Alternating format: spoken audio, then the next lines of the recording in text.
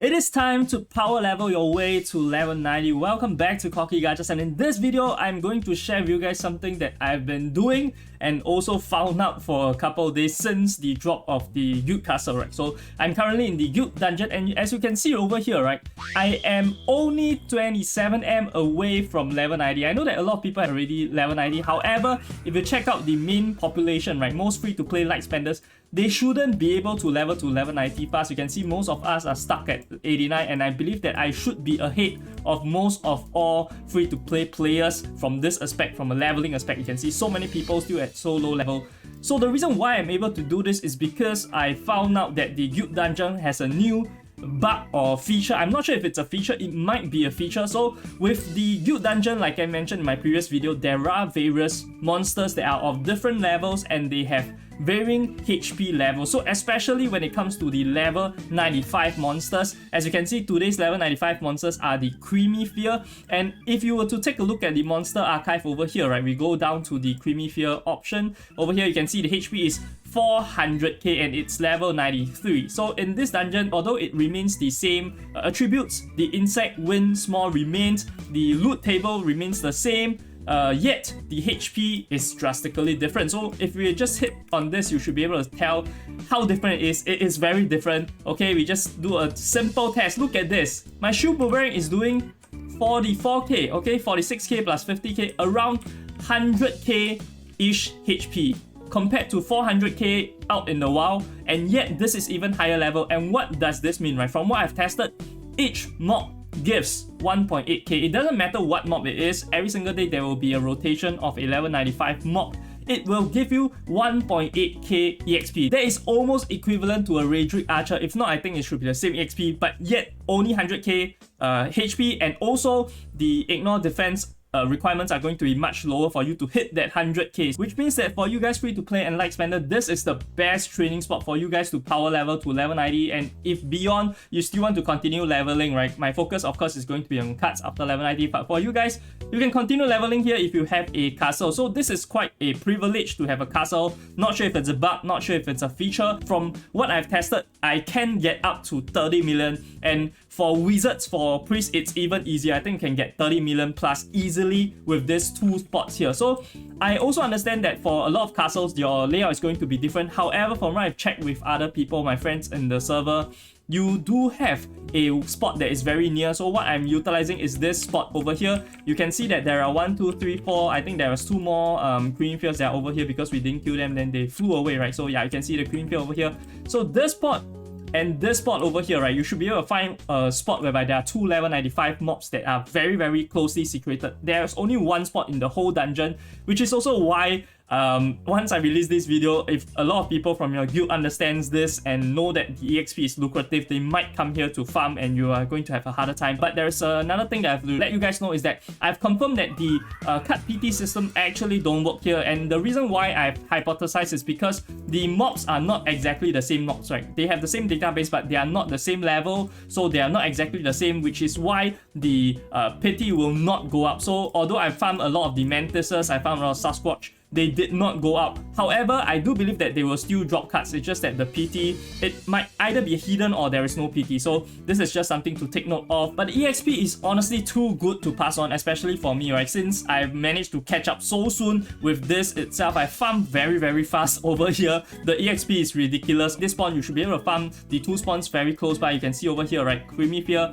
I didn't use Converter. With Converters, I'm able to one-hit kill this Creamy Fears. However, Creamy Fear is also not one of my main targets to hit. The reason is because Creamy Fears, when they respawn, right after they respawn, they like to fly away. So you have to really see what mobs are spawning for the day to determine whether it's good for yourself. And also the spawning animation makes them invincible, so it's not the best one to actually farm, which is also why I didn't farm here today. But for Sasquatch, for Mantis, for what I've tested myself, it's really, really good. Other people are also farming it, but they are farming like single spots, which is not ideal, I would say. One of these crypts give you 1.8k. However, if you just farm single spot like you see over here, right, just farm single spot, I don't think it's going to be that crazy. But of course, if you're looking to save time, then definitely just come here and farm single spots. And you can also party with your guild mates to actually farm single spots. So there should be quite a number of 95 camps. Ideally, I would suggest you guys to not not take up the double spawns if you are unable to farm double spawns, so that your guildmates are able to do so, especially those with Magnus Exorcism, those with Gravity Field, and also someone like me, which is weak, but I can farm 1-hit KO with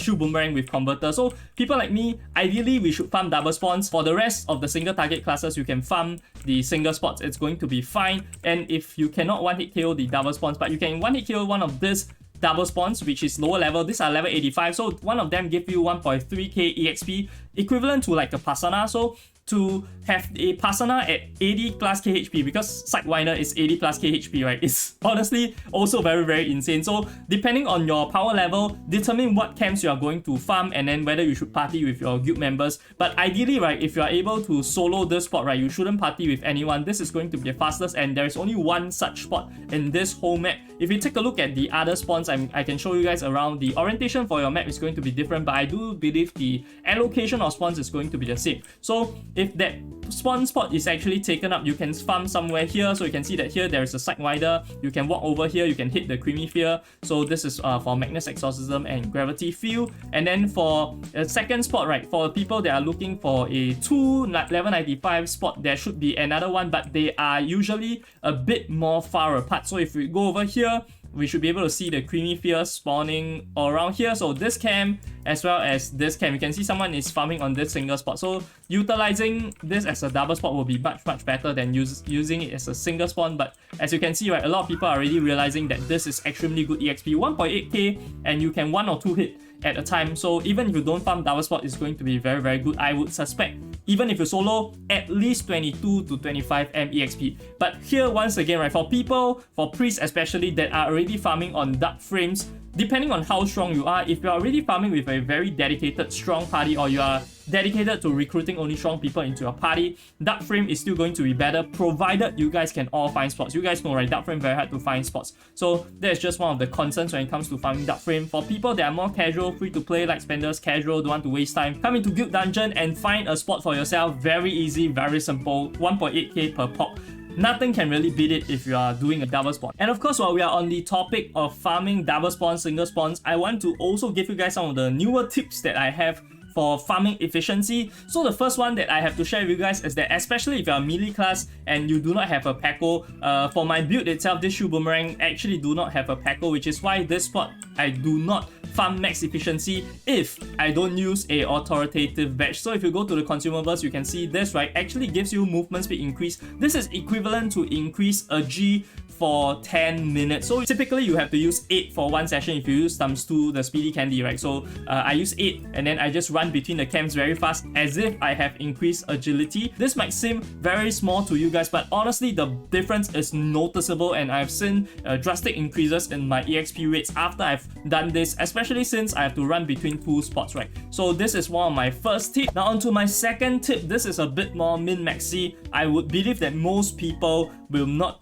be using this. However, for people that are looking to min-max and you are playing on a PC, I think that this is quite simple to set up. So you can notice that something weird in this footage is that I have 2 priests that is standing on my training spot. So the reason why I've done this is because, first things first, Pasanas love to run away. If you guys farm Pasana, you should know that Pasanas always run away, and it makes the AoE only hit 2 mobs, and the last mob will just wander around and never come back, or will come back eventually, but very seldom it will come back within the first 30 seconds. So you will lose a lot of efficiency when it comes to the Pasana running away, which is why I got one of my odds, which is my priest, and also I asked my friend, since he's free, right, just ask him to park his priest on the other spot. So for this 2 spawn, right, normally people only farm single spot, so the worry isn't as huge. But for people that are looking to min-max to really get as much drop rate as possible on your Pasana card, farming double spawns is the way, and this is the way I secure the mobs. So I will have the priest stand over there, and then they will heal themselves,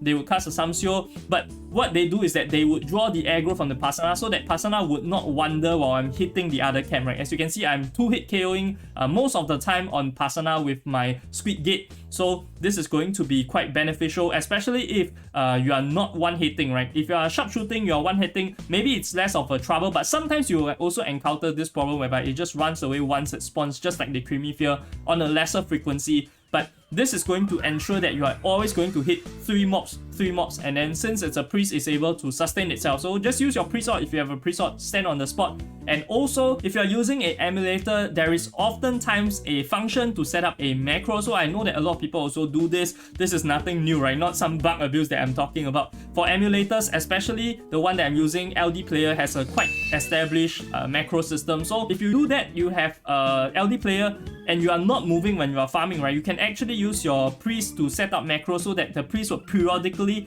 bless you as well as heal you, especially for farming on dark frames. I think this is also going to be useful. If you do so on dark frames, you're going to probably die a couple times if you're not the strongest, right? So having a priest to heal you is going to be good. Just set up a macro for the priest to auto heal you. Don't have to be in a party. Even for blessing, you don't have to be in party. Of course, for some of the other stuff, you have to be in a party, but for blessing, you don't have to. As per you, I think you don't have to be in a party as well. So those two skills, right, you can just cast it on macro so that you are able to save on badges, you are able to save on pots, whatever that may be, or even to just to help you sustain. So this is the third tip I have for you guys on using pots to benefit your farming efficiency. And that about does it for this video, where I touch on the most efficient way you can farm in the guild dungeon if you are not one of those super strong players whereby you can farm very efficiently in Glass Helm. Also check out this other video here if you're interested in finding out all those other lucrative benefits of WoE. I'll see you guys over there. This is Corky Gachas, signing off.